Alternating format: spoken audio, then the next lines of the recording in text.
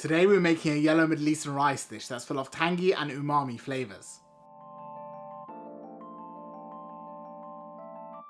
If you've ever wondered how to make that delicious yellow rice that's served at Middle Eastern restaurants, then you're in luck.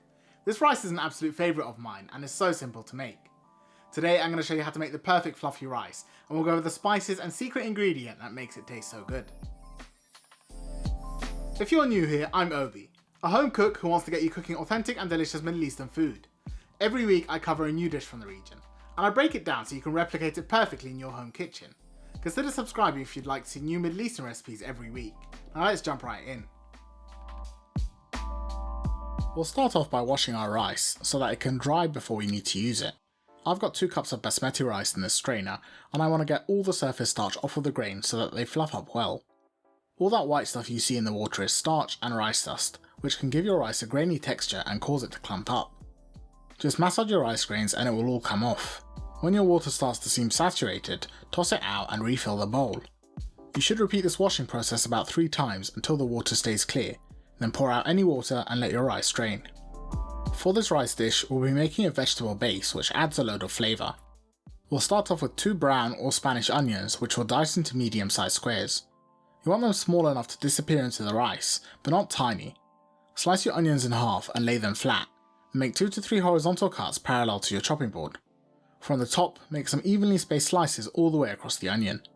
Then finally cut across the length of the onion to turn it into cubes. This is what your onion cubes should look like. The next vegetable in our base is going to be a couple of plum tomatoes. These will also be diced into small pieces, but before doing that we'll deseed them. Once they've been cleaned out, slice them the same way you did the onions except a little finer. You can also grate them instead if you find that simpler. The final vegetable is a green chilli, which is entirely optional but it adds some nice heat. This time you'll just slice it into small rings. If you want, you can remove the seeds to turn down the heat a little. The secret ingredient to the rice's tangy flavour is black limes called Loumi. These are a key component to many dishes from the Arabian Gulf, and they're made by sun-drying limes until they have completely dried out and shrunk in size. They still have all the sourness of a regular lime, but the acidity is a bit more toned down.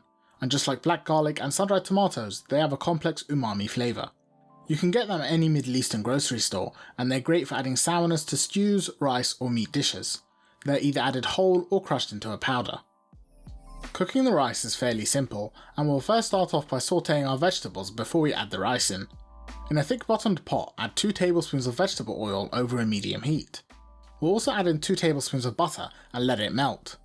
You could use 4 tablespoons of either one instead, but I found that the oil gives it a nicer texture and the butter gives it a nicer flavour. When the butter has fully melted, we'll add all our diced onion to the pot. We'll then follow that up with 3 minced garlic cloves and mix it all together.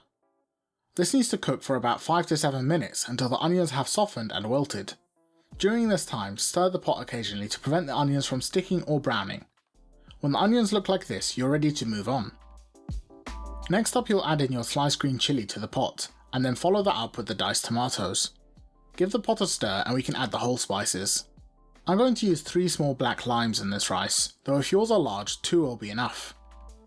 We'll also add in 2 bay leaves, 2 cloves and 2 cardamom pods. Mix them in and then you'll saute the vegetables for 3 to 5 minutes. If you are making a stock, you can add the whole spices in there to infuse rather than putting them in the rice.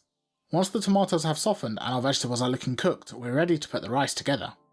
We'll start off by adding 1.5 teaspoons of salt to the pot to season the rice. Follow that up with half a teaspoon of black pepper.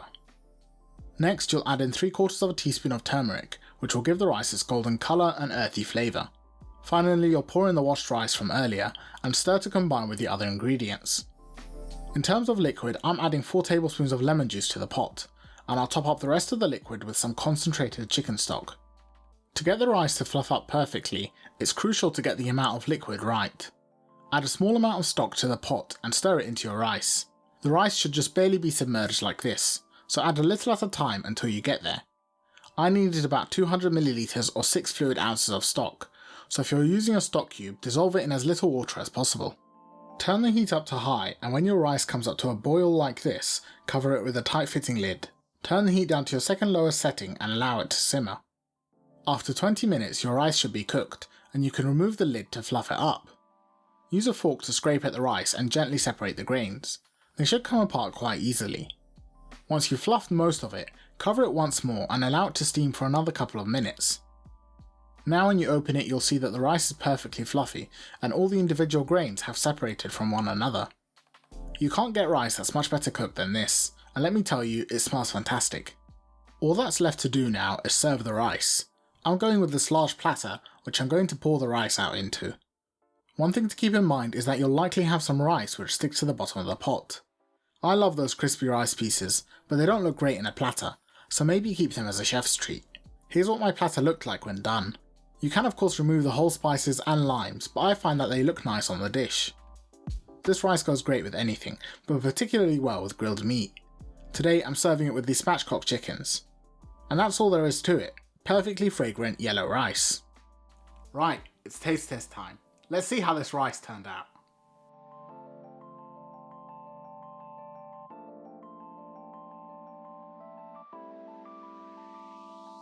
Oh yeah. It's crazy how much flavour is packed into this rice. The turmeric and black lemons really added a lot of tangy, earthy and umami flavours that really make the rice pop. The texture of the rice is perfectly fluffy, and if you follow the instructions I gave you, I'm sure you'll get a great result. There's really not much more to say other than you should definitely give this recipe a try. Thanks for watching, and if you enjoyed the video, then leave a like, share or subscribe as it really helps the channel. As usual, all the ingredient amounts and directions are in the description box below, and I'll be back next week with another recipe.